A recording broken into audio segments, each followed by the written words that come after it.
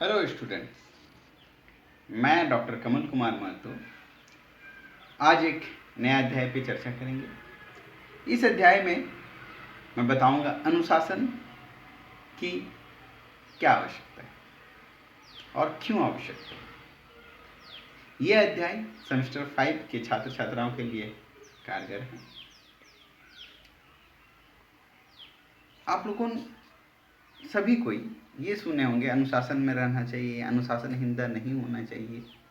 तो ये अनुशासन है क्या चीज़, सर्वप्रथम इसे जानेंगे और अनुशासन पे रहने से हमें क्या फायदा होती है और अनुशासन को बनाए रखने के लिए क्या करना चाहिए और किस विधि से करना चाहिए, इसके बारे में हम लोग चर्चा करेंगे।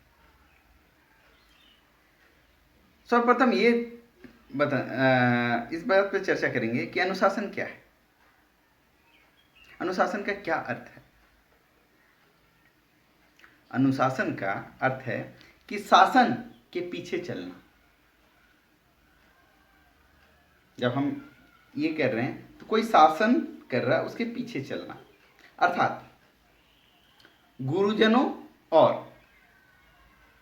पथ प्रदर्शकों के नियंत्रण में रहकर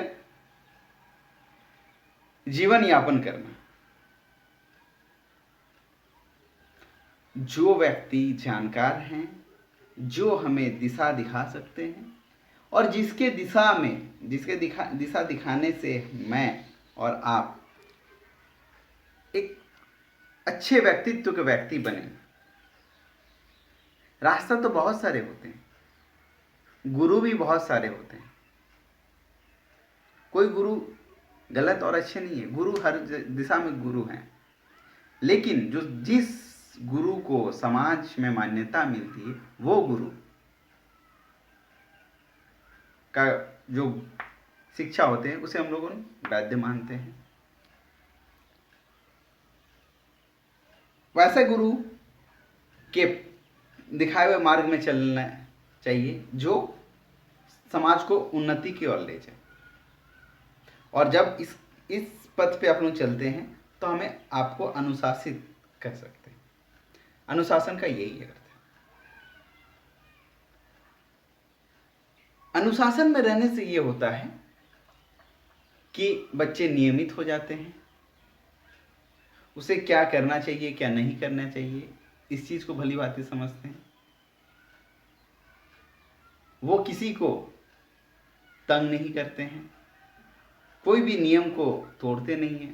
नियम तोड़ने से क्या होता है कि जो एक चला आ रहा है वो अस्त व्यस्त हो जाता है। उस समय उसको फिर से संजोनों में उसको फिर से ठीक करने में काफी समय लग जाती है। इसीलिए कहा जाता है कि अनुशासन में रहिए। और जो ग्रोथ रेट वो रुक जाता है जब अस्त व्यस्त हो जाता है। तो अनुशासन हम किस तरह से पालन करें उसका, या फिर अनुशासन का हम किस तरह से बच्चे को पालन करवाएं, और अनुशासन को पालन करवाने में सबसे महत्वपूर्ण हाथ किसका है। तो अनुशासन को पालन करवाने में सबसे महत्वपूर्ण हाथ है माता पिता और शिक्षक का।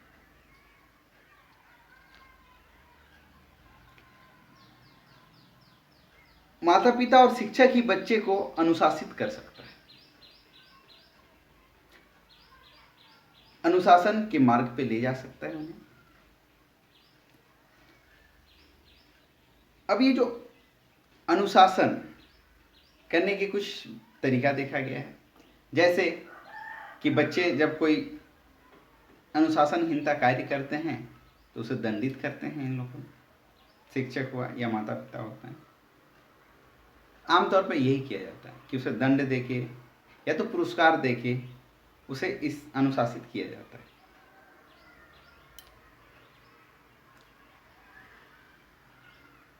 लेकिन यहाँ पे मनोवैज्ञानिक कुछ और बताते हैं। मनोवैज्ञानिक अप्रत्यक्ष रूप से अनुशासन बनाने की कोशिश करते हैं, प्रत्यक्ष रूप से नहीं जाते। क्योंकि जब कोई बच्चे अनुशासनहीनता होते हैं, अनुशासन तोड़ते हैं, तो उसे प्रत्यक्ष रूप से जाके उसे दंडित नहीं करते। क्यों? क्योंकि वो प्रत्यक्ष रूप से दंडित करने से वो बच्चे उदंडता की ओर जाता है। और क्या होता है कि बच्चे को इस तरह से भी अनुशासित नहीं करना चाहिए कि बच्चा उदंड हो जाए और किसी पे डिपेंडेंट हो जाए। जैसे आमतौर पे ये कहा गया है कि अनुशासन का मतलब है कि वो गुरुजनों के दिखाए हुए मार्ग पे चले। ऐसा समय ना आ जाए उस व्यक्ति के जीवन में कि वो अपना सोच ला ही नहीं पाए, हर जगह वो किसी का आदेश का प्रतीक्षा करे। ऐसा नहीं होना चाहिए। अनुशासन कैसे बने? तो अनुशासन बनाने के लिए आप देखिए कि एक नियमावली है, उसमें बच्चे को रहना है। अब अगर कोई उसका नियम को तोड़ता है तो सर्वप्रथम मनोवैज्ञानिक क्या करता है कि तोड़ने का कारण को पता लगाता है, किस कारण से वो तोड़ा है। अब जब पता चल जाता है कि हाँ इस कारण से तोड़ा है, तो उसको अप्रत्यक्ष रूप से उसकी समस्या का समाधान करने को कोशिश करते हैं। और जैसे ही उसकी समस्या का समाधान हो जाती है तो वो अनुशासन को मानने लग जाता है। ये हुआ मनोवैज्ञानिक तरीका से अनुशासन को पालन करवाना। इसके बाद एक और मेथड है, वो है माता पिता और शिक्षकों के द्वारा अनुशासन को संपूर्ण रूप से पालन करवाना। इसमें बच्चे से ज़्यादा पर समस्या माने कठिनाई की घड़ी और कष्ट होती है शिक्षक और माता पिता का। क्यों? क्योंकि अनुशासन को पालन करवाने के लिए सर्वप्रथम तो बच्चे और उसके माता पिता माने बच्चे के माता पिता और शिक्षक को अनुशासित होना पड़ेगा। उसके जीवन भर में पूरे अपने जीवन में वो अनुशासन का पालन जब तक करेगा तब वह आसानी से अपने बच्चे को अनुशासन का पालन करवा सकता है।